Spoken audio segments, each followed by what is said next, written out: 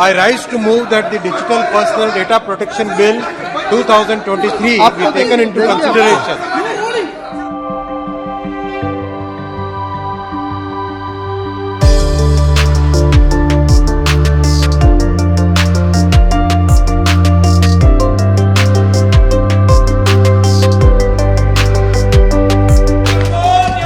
Digital data protection के बहुत सारे एक्सेप्टेड प्रिंसिपल्स हैं, उन सारे प्रिंसिपल्स को इस बिल में अच्छी तरह से समागम किया गया है। सबसे पहला प्रिंसिपल है प्रिंसिपल ऑफ लीगैलिटी, यानी किसी भी व्यक्ति का, किसी भी नागरिक का डेटा अगर कोई संस्था, अगर कोई प्लेटफॉर्म, अगर कोई ऐप से लिया जाता है तो वो कानून के आधार पर ही लिया जाए।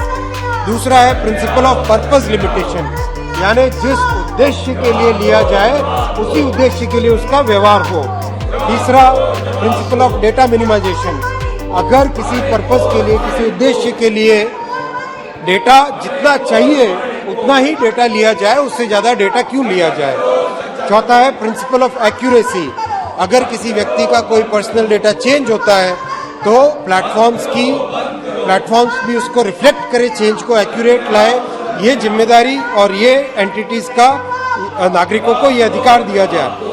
पांचवा प्रिंसिपल है अध्यक्ष जी स्टोरेज लिमिटेशन का, जितने समय के लिए डेटा को रखना चाहिए उस समय से बाहर न रखा जाए, इसके लिए स्टोरेज लिमिटेशन का प्रिंसिपल इसमें रखा गया है। फिर रीजनेबल सेफगार्ड्स का प्रिंसिपल, कोई भी डेटा बहुत ही वैल्यूएबल डेटा है, उस डेटा को किस तरह से सेफगार्ड करा जाए, प्रोटेक्ट किया जाए, उसका ऑब्लिगेशन संस्थाओं पे रखा गया है।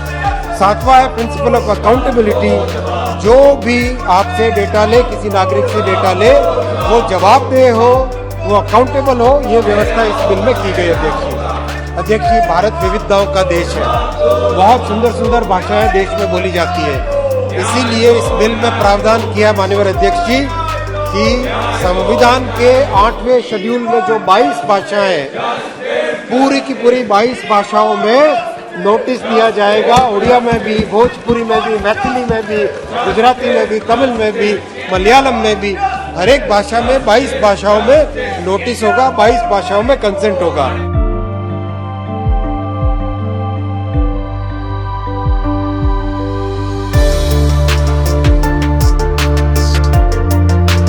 कहीं न कहीं हमें ये देखने को मिलता है कि इस बिल के जरिए सरकार ने डेटा को लेकर के सारी शक्तियां अपने आप में सीमित कर ली गई हैं। सरकार पूरे देश का सबसे ज्यादा डेटा का भंडारण करता है और इस वजह से सबसे बड़ा फिड्यूशरी भारत सरकार है। उसको देखते हुए यदि हम देखते हैं तो धारा 37 में डेटा प्रोटेक्शन बोर्ड के हिसाब से और उसके साथ साथ सरकार की मंशा के अनुरूप कोई भी कंटेंट कभी भी ब्लॉक किया जा सकता है। इसको शक की निगाह से देखने की जरूरत है। इसी के साथ मैं ये भी कहना चाहूंगा कि as may be prescribed, Hindi में इसका अगर अनुवाद किया जाए तो जैसे कि निर्धारित किया जाएगा डेटा बोर्ड द्वारा, अथॉरिटी द्वारा और भारत सरकार द्वारा। मैं 1 मिनट में खत्म करूंगा। ये जो निर्धारित करने का प्राविधान है, ये 20 पन्ने के बिल में 26 बार आया है। इसका मतलब ये है कि सारे के सारे कानून बाद में बनाए जाएंगे और उनको पूरी तरह से सरकार बंद दरवाजों के पीछे से करेगी। To the Data Protection Board, sir, I feel that it is overly tilted towards the central government from clause 18 to clause 26. For example, the government of India will establish the board, decide where its headquarters should be, decide its chairperson and members, loosely tied qualifications to become the chairperson, gives elbow room to government to appoint one at its own wisdom, mention the chairman and members can be reappointed, but not for how long, and also the government will prescribe how the board has no function and follow procedures, including how to conduct meetings. Sir, you are appointing the board for just 2 years and allowing for renewal. My question is this: is it not too short a term? With the scope of reappointment, will it not affect the independent functioning of the board? One of them is the excessive centralization of power. When I say this, the union government, it says, can exempt any government or even private sector entity from the application of provisions of the law by merely issuing a notification, potentially resulting in immense violation of citizens' privacy, section 17(2) and 17(3). On the other hand, no such exemption can be given to individuals who are opposed to you, to media that is opposed to you and to opposition parties that are opposing your programs and policies. 37(1)(b) of the bill will allow the union government to censor content, which means if somebody is writing good about you, you will not censor. If somebody is writing or showing against you, then that will be censored. साथ में विषय आया माननीय अध्यक्ष जी data protection board की independence का।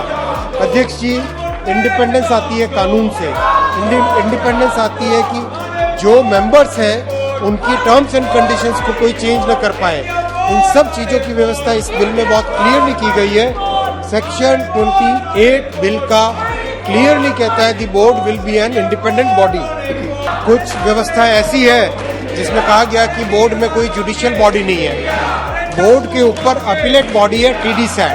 TDSAT का chairman एक जुडिशियल मेंबर होता है और TDSAT के ऊपर सुप्रीम कोर्ट है। तो हर एक क्लियरली डिफाइंड व्यवस्था है। जिस व्यवस्था में एक जुडिशियल पद्धति के जरिए से कोई भी व्यक्ति अपनी ग्रीवेंस का रिप्रेजेंट कर सकता है, अपनी समस्या का समाधान कर सकता है।